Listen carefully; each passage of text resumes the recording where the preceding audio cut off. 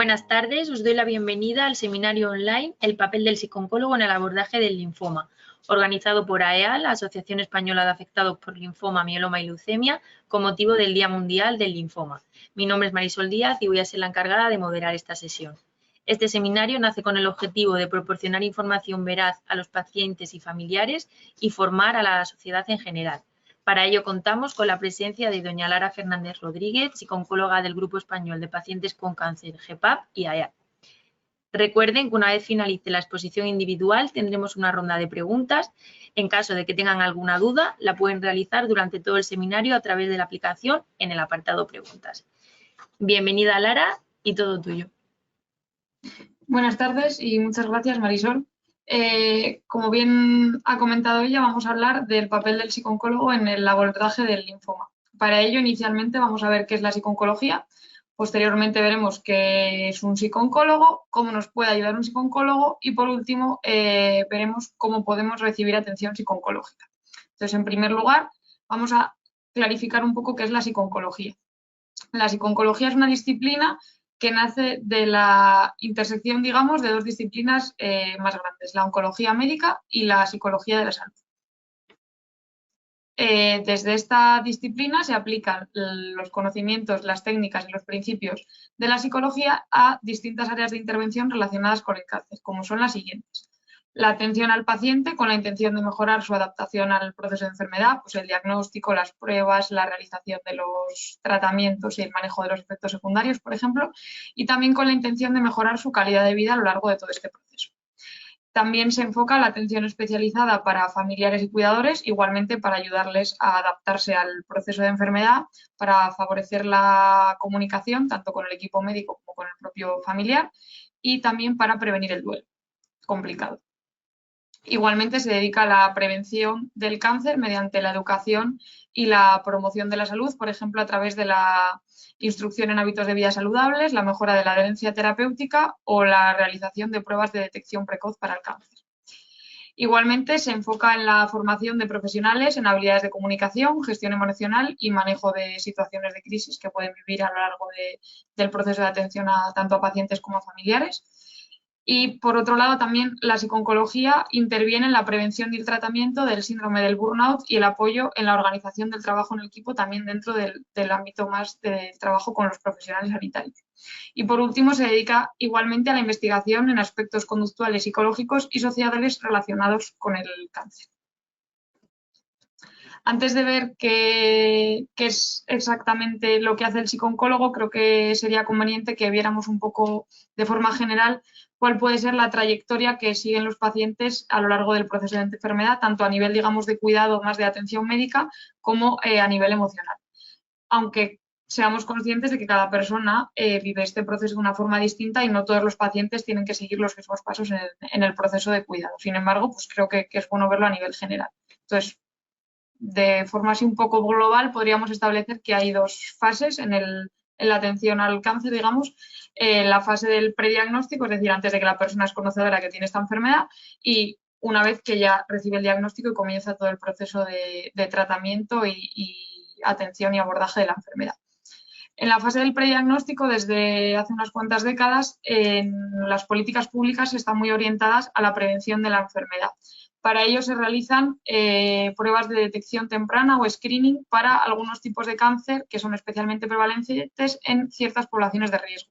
Esto no es el caso del linfoma, ya que no existe una prueba de detección precoz que se utilice de forma generalizada, como se hace en otros cánceres, como puede ser el cáncer de mama, pero bueno, creía conveniente mencionarlo para que lo tuviéramos en cuenta de cara a otras patologías. Entonces, con este tipo de patologías con las que sí se realiza la detección precoz, muchas veces el diagnóstico surge a raíz de ellas, ¿no? La persona se hace esa prueba de detección precoz, se comienza a ver alguna anomalía y entra en el proceso de diagnóstico. En el caso del linfoma, como he dicho, no es así y el diagnóstico se suele producir porque la persona empieza a presentar sintomatología por la cual acude al médico y finalmente acaba recibiendo el diagnóstico. Entonces, una vez que el diagnóstico se ha establecido y se establece también el estado de la enfermedad, y también teniendo en cuenta el estado de salud del paciente y sus preferencias y valores, se elige una opción terapéutica. En algunas ocasiones afortunadamente la mayoría, se puede establecer un tratamiento con intención curativa, y en otros casos en los que la intención, o sea, la posibilidad de la curación no está disponible, se comienza directamente con un tratamiento paliativo, que explicaremos posteriormente. En el caso del tratamiento con intención curativa, podemos encontrarnos 3 escenarios diferentes. Que se aplique este tratamiento y el paciente alcance la remisión, es decir, que se considere curado, libre de enfermedad, o que no se alcance este punto, pero sí se pueda controlar la enfermedad manteniéndola como una enfermedad crónica o con ciertas intermitencias, digamos, pero dentro del control de la misma. En este caso, el paciente puede alcanzar la etapa de supervivencia y dentro de ella sí que es cierto que puede darse la situación de que ocurra una recurrencia o un segundo cáncer, en cuyo caso normalmente el viaje que se suele seguir, digamos, es volver otra vez a la utilización de un tratamiento con intención curativa. Un tercer escenario, diferente a estos dos, que se podría dar cuando aplicamos uno o varios tratamientos con intención curativa, es que el tratamiento fracase. En ese caso se puede tratar de utilizar otros, pero si ya llega un momento en el que este tipo de vías se agotan, es cuando el paciente pasa a recibir un tratamiento paliativo, que como he dicho antes también se puede utilizar inicialmente en función de la situación del paciente y de las opciones de las que disponga. El tratamiento paliativo, aclarar que no es lo que normalmente nosotros entendemos que es, ¿no? Que es lo que es el tratamiento que se aplica en la fase de últimos días. Aclarar que esto no tiene por qué ser así. Sí que es cierto que hay personas que reciben tratamiento paliativo en las últimas semanas o días de su vida, pero hay personas que reciben tratamiento paliativo durante meses o incluso años. O sea que el tratamiento paliativo simplemente es aquel que pretende controlar los síntomas sin ser posible alcanzar la curación de la enfermedad. Con lo cual no pensemos necesariamente que el tratamiento paliativo es aquel que se aplica cuando la persona está en, digamos, en la fase final de vida, sino que sepamos que también es una opción que se puede aplicar antes, con la que la persona puede tener una buena calidad de vida durante un tiempo determinado, que no tiene pues, que ser específicamente corto. Igual que hemos hablado de que hay una trayectoria, digamos, de cuidado que acabamos de mencionar, que es general, pero que varía en cada persona, también podemos hablar de que hay una trayectoria, digamos, a nivel emocional en las distintas etapas de la enfermedad, de la que vamos a hablar a continuación. Como digo, no hay que entender esto como matemáticas, no es que esto vaya a ocurrirle necesariamente a todos los pacientes, pero sí que son situaciones que se pueden dar de forma general. Entonces, concretamente en la fase del diagnóstico, el paciente se suele someter a numerosas pruebas y todo esto pues, suele generar bastante miedo, angustia y tristeza principalmente. Posteriormente, una vez que se establece el diagnóstico y comienza con el tratamiento, es normal que aparezcan diferentes efectos secundarios que pueden afectar, por ejemplo, a la imagen corporal. El paciente puede sufrir dolor, puede tener una alteración importante de la rutina, necesitar de mayor cuidado y perder cierta autonomía, y toda esta situación, además del hecho de estar padeciendo la enfermedad en sí misma, pues suele vivirse con miedo, con ansiedad y con tristeza principalmente. Una vez que el tratamiento finaliza, el paciente entra en la fase de supervivencia, ¿no? Y en esta situación lo que ocurre es que hay una pérdida del cuidado continuo y directo. Es decir, antes se hacían muchas revisiones y ahora quizás las revisiones se espacian más. Esto, aunque puede vivirse con alegría, también puede suponer pues bastante miedo tanto a la recaída como al hecho de tener que ir realizando ese seguimiento continuo. También puede haber una sensación de vulnerabilidad, ¿no? Al no llevar ese seguimiento tan pautado, no tan pautado, sino tan continuado. Además, el paciente, en el caso de que tenga secuelas como resultado de los tratamientos, ha de aprender a vivir con ellas, lo que también puede generar dificultad. Y en algunas ocasiones el paciente siente pues, que hay una diferencia ahora mismo en su identidad y sus valores respecto a la situación previa. Y es algo a lo que también puede costar adaptarse. Además de estas problemáticas o dificultades, digamos, es importante tener en cuenta que bueno, hay un estrés psicológico mayor del que acabo de mencionar aquí simplemente con estas emociones, ya que, por ejemplo, hay 2 miedos muy frecuentes a lo largo de todo este proceso, como son el miedo al dolor y a la muerte, que aparecen desde el momento del diagnóstico especialmente. Hay muchas emociones, yo he mencionado unas concretas y muy reducidas, pero hay muchas más, como por ejemplo puede ser la culpa, la ira, la desesperanza, y gestionar estas emociones es algo que les puede resultar difícil, tanto al paciente como a los familiares. También es normal que exista una preocupación recurrente acerca de la enfermedad, sobre cómo puede progresar y el impacto que esto puede tener tanto en la propia vida como en la de los familiares. Y también suele haber una dificultad para manejar la incertidumbre. Por lo tanto, hablamos de que hay un impacto emocional importante como consecuencia de desarrollo de las diferentes etapas de la enfermedad.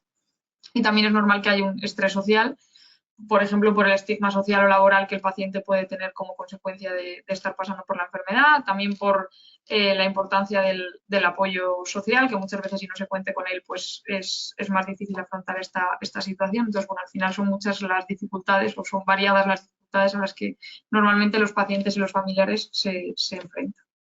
Una vez que hemos visto todas estas cuestiones, vamos a ver qué es un psicooncólogo, es decir, cómo desde la psicooncología hay un profesional que puede ayudar tanto al paciente como a los familiares como al personal sanitario, que lo veremos a continuación, a manejar todas estas dificultades. Entonces, un psicooncólogo es un psicólogo con formación y experiencia específica en cáncer. Con esto me refiero a que cuenta con información acerca de los principales tipos de cáncer, los tratamientos que existen en la actualidad para su tratamiento, para su abordaje, también los efectos secundarios que pueden generar estos y cómo se pueden manejar. ¿Con quién trabaja el psicooncólogo? Pues como he dicho anteriormente, trabaja tanto con pacientes como con familiares y también con el personal sanitario que atiende a estos colectivos. Desde esta perspectiva, realiza su trabajo en tanto cuando existe la enfermedad en sí misma, ya cuando se ha establecido el diagnóstico, tanto en ese punto como a nivel de prevención, como hemos mencionado anteriormente. A nivel de prevención, pues por ejemplo, realiza diferentes actividades de concienciación y de instrucción, digamos, sobre la prevención, factores de riesgo, cómo poder prevenir el cáncer, la importancia de los exámenes de detección precoz, del screening y demás. Y ya una vez que la enfermedad existe, digamos, pues trabaja con estos tres colectivos en las diferentes fases de la misma. Pues diagnóstico, tratamiento, supervivencia, recaída en el caso de que se produzca, fase final de vida y en el caso de los familiares el duelo si finalmente el paciente ha fallecido. Entonces ahora vamos a ver qué es lo que el psicooncólogo hace concretamente con cada uno de estos colectivos. En el caso de que seas un paciente, un familiar, pues cómo puede ayudarte un psicooncólogo a lo largo de todo este proceso. En el caso de los pacientes, pues un primer aspecto en el que trabaja es en la información, ya que muchas veces las consultas con el médico no existe el tiempo suficiente para que el profesional dé toda la información necesaria al paciente sobre la enfermedad o le permita resolver las dudas que pueda tener o corregir ciertas ideas erróneas que puedan existir. También es posible que el médico no lo haga porque no disponga de las habilidades necesarias o no presente, digamos, esa disposición para hacerlo. Entonces, en este caso, el psicooncólogo lo que trata de hacer es ofrecer al paciente la información que necesita, bien de forma verbal o bien a través de material divulgativo o de vídeos, y también de resolver las dudas o ciertas ideas erróneas que el paciente pueda presentar, siempre y cuando disponga del conocimiento necesario para hacerlo. Si no es así, pues buscará la manera de obtener esa información o le derivará a otro profesional, pero en ningún momento el psicooncólogo va a ofrecer, por ejemplo, una información médica sobre la que él no tiene un conocimiento profundo o que no le corresponde a él, digamos, otorgar. Otro aspecto en el que el psicooncólogo trabaja, obviamente, es en la gestión emocional. Como hemos visto anteriormente, son muchas las emociones o las dificultades a nivel emocional que se pueden presentar en esta situación y a veces resultan difíciles de gestionar. Por eso el psicooncólogo está ahí para escuchar al paciente, identificar qué es lo que le ocurre y acompañarle y darle las estrategias necesarias para que puedan manejar esas emociones o esas dificultades de la mejor manera posible. También trabaja en la adopción de hábitos de vida saludables, como hemos hablado antes de la prevención, pues ahora también incluso a lo largo del proceso de enfermedad, instruyéndole en la importancia de seguir este tipo de hábitos, dándole pautas para hacerlo y tratando de resolver ciertas dificultades por las cuales quizá no los está poniendo en práctica, como puede ser el desconocimiento o la falta de tiempo.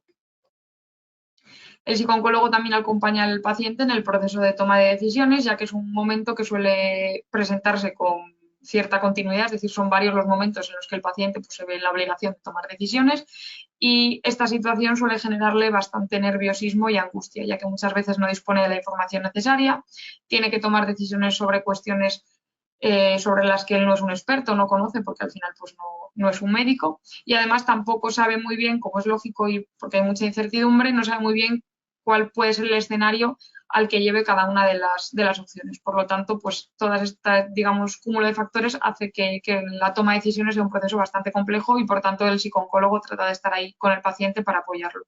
¿Cómo lo hace? Pues clarificando con él cuáles son las opciones de las que dispone, ayudándole a obtener la información y el consejo necesario pues, para poder tomar una decisión lo más informada posible, y también ayudándole a identificar los valores y prioridades que tiene y que también han de ser tenidos en cuenta a la hora de tomar la decisión. El psicooncólogo también apoya al paciente en el proceso de comunicación, ya que es frecuente que existan dificultades de comunicación tanto con el equipo médico como con la familia. Con el equipo médico porque quizá no sabe muy bien cómo expresar sus preguntas o sus necesidades, o porque tiene miedo a la reacción que el médico pueda adoptar. Y con la familia, pues por ejemplo, por situaciones como dar la noticia del diagnóstico o de progresión de enfermedad, que es algo que suele costar mucho, especialmente si hay menores en el proceso involucrados. O también puede haber dificultades a la hora de expresar necesidades, ¿no? De decirle a los demás qué es lo que siente o qué es lo que necesita o cómo se le puede ayudar. Entonces, el psicooncólogo trabaja en este aspecto, identificando las dificultades que puedan existir alrededor de la comunicación y dándole pautas y estrategias que le permitan llevar a cabo este proceso de la mejor manera posible.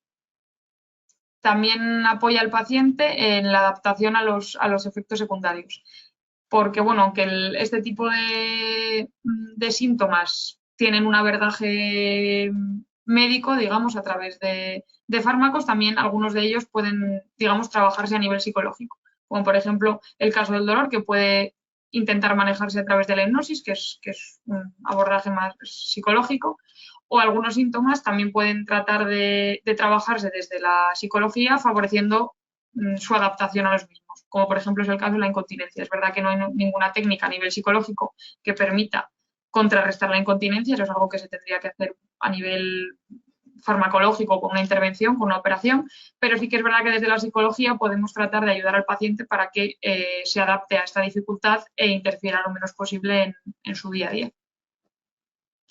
El psicooncólogo también ayuda al paciente en la planificación y en la organización del tiempo, ya que al final pues el tener que someterse a visitas continuas al hospital o encontrarse mal físicamente y ver limitada su funcionalidad puede hacer que pues la organización de su tiempo se vea afectada. Por lo tanto, pues el psicooncólogo trata de ayudarle en este aspecto, dándole estrategias y herramientas que le permitan organizarse mejor.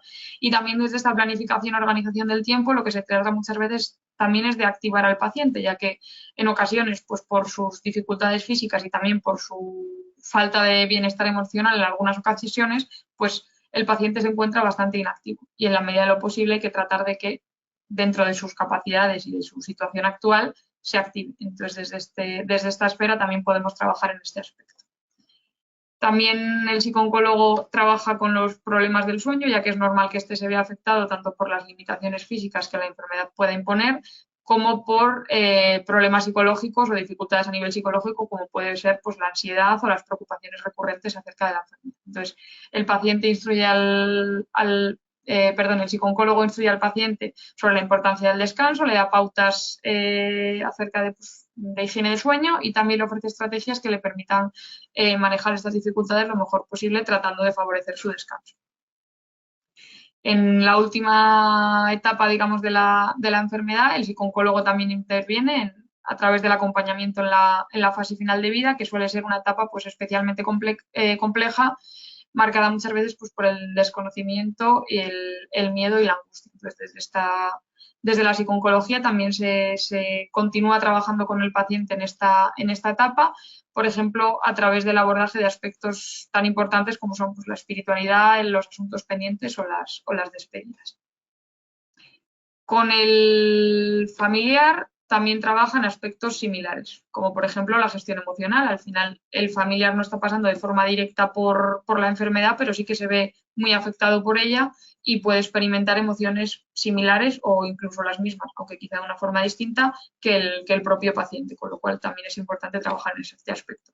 Igualmente, pues al familiar se le acompaña en el proceso de toma de decisiones, en la comunicación, tanto como con el familiar como con el equipo médico igualmente, ya que tienen un contacto los familiares muy directo con ellos. En este caso también el psicooncólogo trabaja en el fomento del autocuidado, ya que es necesario que el familiar se cuide para poder cuidar, si no es imposible. Y esto es algo que muchas veces le resulta muy difícil a los familiares, ya que están tan centrados en apoyar al paciente y en cuidarlo a él, que descuidan sus propias necesidades y las relegan completamente a un segundo plano. Esto, además de ser muy injusto para ellos, también puede acabar sobrecargándolos y eso afectaría de forma importante a su bienestar tanto físico como emocional. Por eso el psicooncólogo trata de instruir al paciente en la importancia del autocuidado. También está ahí para apoyarlo, acompañarlo y escucharlo, cosa que muchas veces el familiar no se permite hacer, no se permite expresar cómo se siente precisamente por estar tan centrado en el paciente. Entonces el psicooncólogo también está ahí para apoyarlo en ese sentido y para ofrecerle estrategias o pautas que le permitan seguir con este autocuidado. Igualmente, desde la psicooncología se trata de acompañar y apoyar al familiar en el propio acompañamiento emocional que él hace del paciente, porque al final estar siendo consciente del sufrimiento del paciente, tanto a nivel físico como emocional, es algo que a él le puede afectar de forma importante. Y también es posible que muchas veces, pues como he dicho antes, no se permita expresar cómo se siente o no sepa cómo gestionar ciertas situaciones con el paciente. Por eso el psicooncólogo también trata de acompañarle en este proceso, escuchándole, identificando cuáles pueden ser las dificultades que puede estar presentando y, digamos, dándole alguna pauta para ayudarle a acompañar al paciente. Igualmente, pues se trabaja desde con la planificación y la organización del tiempo, los problemas del sueño y también en la fase final de vida, tratando de favorecer, digamos, la unión del familiar y el paciente, favoreciendo también la comunicación y preveniendo el duelo complicado. Y en el caso de que finalmente el paciente fallezca, pues también se trabaja con el duelo. Inicialmente el duelo no es un proceso patológico, es decir, no tiene por qué el paciente, el familiar no tiene por qué recibir una atención especializada para el duelo porque es un proceso normal, pero el psicooncólogo sí que va a seguir ahí, digamos, haciendo un seguimiento, valorando un poco cómo el familiar va llevando el proceso de duelo y en el caso de ser necesario, por no estar, digamos, gestionándolo de una manera normal, presentando entonces un duelo patológico, pues en ese caso sí ya realizaría una intervención especializada. Por último, el psicooncólogo también trabajaría con el personal sanitario, igualmente pues en aspectos comunes como sería la gestión emocional, la importancia del autocuidado, porque igual que ocurre con los familiares, el personal sanitario está en contacto diario con situaciones de alta carga emocional que a veces le pueden sobrepasar y también pueden no saber cómo gestionar. Entonces, también se les trata de instruir en la importancia del autocuidado y se les da pautas para intentar que lo haga. Igualmente se les apoya en el acompañamiento emocional, pues un poco por el mismo motivo que he dicho anteriormente y también por tratar de capacitarles para gestionar aquellas situaciones que quizá no saben muy bien cómo manejar. Igualmente se trata de trabajar en la comunicación, tanto con los pacientes y familiares como con el propio equipo médico, con el resto de compañeros. Y un poco en línea con lo anterior, pues también se trabaja en la organización y el trabajo en equipo. Es importante que el personal sanitario trabaje de forma multidisciplinar, entendiendo al paciente como un todo, no como pequeñas parcelitas y valorándolo en su contexto y teniendo en cuenta pues, su persona así como un todo, de manera global y atendiendo también a sus prioridades y a sus valores. Entonces, una vez que ya hemos visto qué es lo que hace un psicooncólogo, vamos a ver cómo podemos recibir atención psicooncológica si consideramos que lo necesitamos. Esto ya sería la última parte del seminario. Existen, digamos, tres vías principales. La primera sería acudir al servicio de psicooncología, si lo hubiera, del hospital o de salud mental. Esto, si tu oncólogo, hematólogo u otro profesional que te atienda no te lo ha ofrecido, pues sería conveniente que podría ser una opción que tú se lo preguntaras si existe este servicio.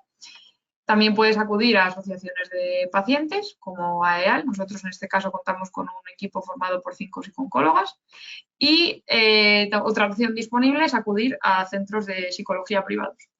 Desgraciadamente, la figura del psicooncólogo no está, digamos, tan extendida como a nosotros nos gustaría desde el gremio, pero bueno, creo que es importante o creemos que es importante que sepáis que estamos aquí, que estamos disponibles siempre que lo necesitéis y que esperamos que en el futuro pues nuestra figura se vaya viendo, vaya estando un poco más presente y por tanto el acceso sea más fácil. Y con esto pues no tengo más que añadir. Espero que os haya resultado interesante y que os haya podido ayudar. Muchísimas gracias, Lara. Muy interesante y muy necesario todo lo que has dicho también. Justo tenemos una pregunta que además está muy relacionado con lo último que has dicho. Has mencionado que en AEAL tenéis un equipo de psiconcología y preguntan que qué requisitos deben cumplir para recibir esa atención. Vale, pues el único requisito que solicitamos es simplemente ser socio de la asociación. Para hacerlo podéis mandar un correo electrónico al correo que os dejo aquí a continuación, o la forma más sencilla, que lo podéis hacer directamente, es acudiendo a la página web de AEAL, donde ahí tenéis el formulario para hacer el ingreso de la cuota, y simplemente con estar digamos, corriente de pago de la cuota sería suficiente para recibir la atención. Perfecto. Y hay otra pregunta más que dice, ¿a partir de qué edad se puede ir al psicooncólogo? Vale, pues en realidad no voy a decir a cualquiera, porque un bebé de 6 meses no tiene sentido que pase por este proceso, ¿no? Porque no es consciente de la situación que se está enfrentando, pero sí que es verdad que la atención psicológica no solo está disponible o está pensada, digamos, para personas adultas, también está pensada para adolescentes, incluso para niños pequeñitos de 2 o 3 años. Al final, un niño de 2 o 3 años no es muy consciente quizá de la situación que está ocurriendo en casa si ve que su padre o su madre está enfermo, incluso él mismo está enfermo. No es tan consciente, obviamente, como un adulto, pero sí que puede haber cambios en sus rutinas, ver ciertas, digamos, actitudes distintas o comportamientos distintos que a él le pueden estar alterando. Tampoco lo va a expresar como una persona adulta, no va a decir estoy preocupado, estoy triste, pues porque tiene 2 o 3 años, quizá ni siquiera aún habla bien, pero sí que es verdad que puede tener ciertas reacciones diferentes que pueden alertarnos un poco de que hay algo que no va bien, como por ejemplo pues puede ser más rabietas o falta de apetito o cierto aislamiento, o por ejemplo también se pueden identificar ciertas dificultades a través del juego, ¿no? Si vemos que el niño pues, tiene una serie de dinámicas en el juego un poco diferentes. Es verdad que esto es una cuestión que ya se valoraría desde el equipo de psicología, no es una cosa que se pretende que los padres detecten, ni mucho menos, pero sí que es verdad que si notan ciertas anomalías, pues sería conveniente que pidieran ayuda y que fuera el profesional el que lo valorara, porque aunque sean niños pequeños, también se puede trabajar con ellos. De la misma forma, no ocurre lo mismo, no se va a trabajar como con los adultos porque no tienen las mismas capacidades, digamos, pero sí que se trabaja desde otras perspectivas, como por ejemplo pues desde el juego. Entonces, al final, no sé, diría que desde los 2 o 3 añitos, un niño que esté pasando por un proceso de enfermedad tanto en sí mismo como en el entorno, pues puede requerir de esta ayuda, de este apoyo y podría recibirlo perfectamente. Muchas gracias, Lara. No hay más preguntas. Siempre animamos a las personas a que si no las han hecho ahora, pero las tienen y quieren mandar algún correo, ahí Lara ha dejado el suyo. E igualmente, si lo ven una vez quede grabado, igual estaremos encantados de que ella pueda responderos. Así que nada, con esto concluye el seminario, el papel del psicooncólogo en el abordaje del linfoma. Muchas gracias a todos los asistentes y a ti, Lara, por estar aquí con nosotras. A vosotros. Gracias.